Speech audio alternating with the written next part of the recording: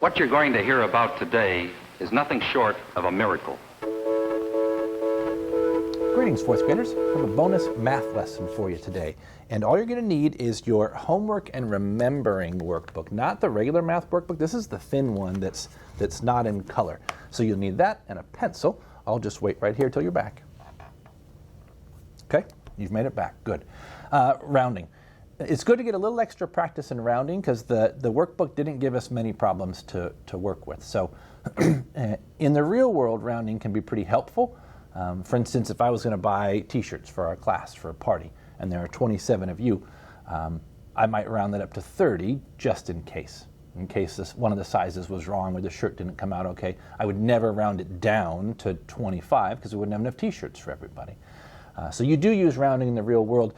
Unfortunately, it looks sometimes different in your math workbooks and textbooks, and so there are some definite rules to how rounding works, but I've got 3 tips that if you follow these 3 tips, most of your rounding worries can be washed away. So the first thing you have to do for rounding is you got to know that place value, right? So if the workbook asks you to round to the nearest 10 or 100 or 1,000, if you don't know what those spots are in the numbers, well, then the rest of it doesn't really make much sense. So I like to always start out my rounding problems by finding out which place they want me to round it to, and then I just underline it. Let me show you. Let's go to page 5 in the homework and remembering packet. All we're really worried about doing now is finding out the number we're supposed to deal with, right? We're supposed to find out the place value. So I'm going to zoom in even further on this. So in these first ones, it says round to the nearest 10. So I'm going to underline the 10. And do the same thing I'm going to do. The tens spot is where this 4 is, so I'm going to underline that. In this one, the 10 spot is the 8. In this one, the 10 spot is the 7. And in this one, the 10 spot is the 2. Okay, so this is the number I'm kind of focused on. I'm not going to worry about rounding these ones yet either. I'm going to just do what I just did, but for all of them. Round to the nearest 100. Okay, so ones, tens, hundreds. So the 7, I'm going to underline. The nearest 100, the 9. The nearest the hundreds is this 7 spot. And for the hundreds, it's the 1 spot. Okay? Now, this next one, say to the nearest 1,000. So that's ones, tens, hundreds, and then 1,000 spots. So I'm going to underline that. I'm going to go here. 1,000 spot is here. Let's see here. 1,000 spot is there.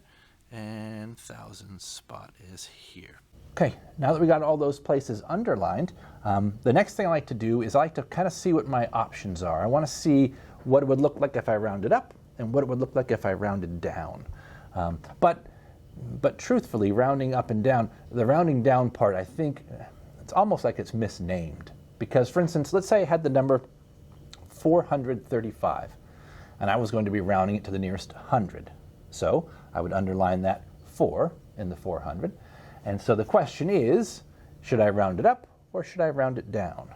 Well, just saying round it down kind of sounds like you might be going from a 4 down to a 3, which will never happen in rounding. Your only options are, will it stay a 400 or will it go up to a 500? And I get it, when you're rounding it down from 435 to 400, you're kind of getting rid of 35, so you're rounding it down to straight up 400. But if we're just looking at that one spot, the 4, there's only 2 choices. It's either going to stay a 4 or it's going to go up to a 5. And so the question is, how do you know which one of those it is? So I got another tip down here. So on number 1, I'm looking to see if the 4 will round up to a 5 or stay a 4, okay? And to do that, I look at his next door neighbor. So I'm going to put a little arrow up to the 6, okay? I'm going to put a little arrow from the 8 to the 1. I'm going to put a little arrow from the 7 over to the 5, and from the 2 over to the 4. That tells me where I'm going to look to find out my answer. Okay, so from the 4, his next door neighbor is a 6. So the question is a 6 big enough to push the 4 up and to be a 5? Well, let's give ourselves a little cheat sheet. On this page, we've got a big chunk of space here that we're not really going to need. So what I'm going to do is I'm going to make a list. I'm going to make a cool looking arrow. A block arrow going down.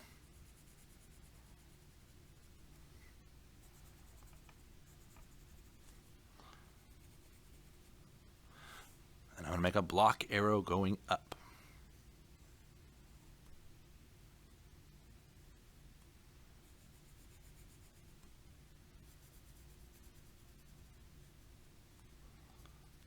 All right, so here are the numbers that if they're in the neighbor spot, they will round down. It's going to be a 0, a 1, a 2, a 3, or a 4. And if it's a 5, a 6, a 7, an 8, or a 9, then it's going to round up. All right, so 1, 2, 0, 1, 2, 3, 4, 5, 6, 7, 8, 9. So now that we've got all this, the rest is going to be pretty easy for us. So now we can slide this back up, and I'll zoom out slightly so I can still see my cheat sheet down below. Okay, so for 46, the question's going to be, for rounding to the nearest 10, is this 4 going to go up to a 5 or down to a 4, right? Stay a 4 or up to a 5. So its next door neighbor is a 6. Let's see. No, there's 6 right there. That means it's going up. 6 is big enough to push him up. So 46 becomes 50. All right, and how about this one? 381. I don't care about the 3. I'm just looking at the 8, so I can even write the 3 in right now. Most of the time, that's not going to hurt you, because that's going to stay the same. So the question is going to be, is it going to go up to 90 or down to 80? So is it going to be 380 or 390? So I look at his next door neighbor. He's a 1. 1's in the down column, right? So it's going to go not up to 90, but down to 80. How about this one? 4,175. I don't care about the 4 and the 1. They're staying the same, so I'll put the 4, 1. Now the question is really, is it going to be down to 70 or up to 80? And so I look at his next door neighbor as a 5. Oop, 5 is the first one in the push-up pile, right? 5, 6, 5 or bigger. So 75 is not going to go down to 70. It's going to go up to 80. And like this one here, you can start by putting the 5,000, 0, and then the question's going to be, is this going to be down to a 20 or up to a 30? Okay, I'll walk you through a couple more of these. Now we're at the 100 spot. So the question you're asking yourself here is the 7. Look over at the 8. Here's the 9. Look over at his neighbor, the 7. Here's the 700. Look at his neighbor, put a little arrow. And the 1,000, or the 100, over to the 4. So those are the numbers that I cue you off there.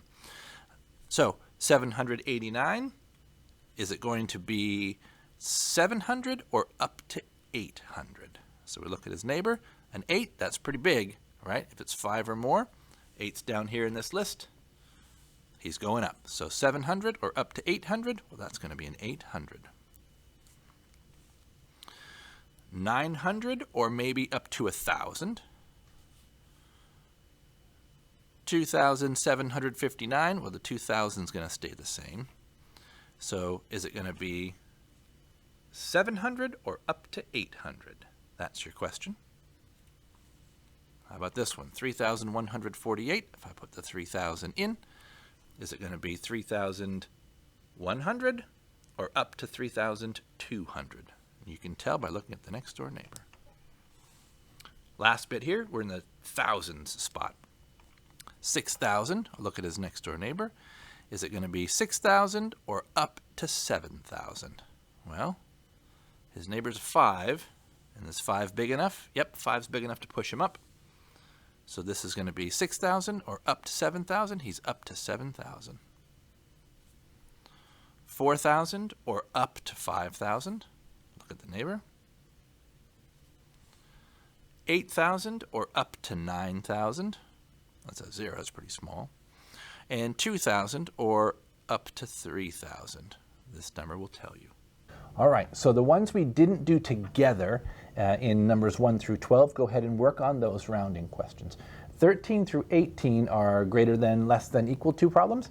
And most of us have that down pat, but it's not bad to practice. So just remember, the open mouth is where the bigger number ends up. Do not do 19 and 20. Don't worry about those ones. Do take a picture of just the top half of the page is all I need to see, and turn it into Seesaw, and have a wonderful afternoon.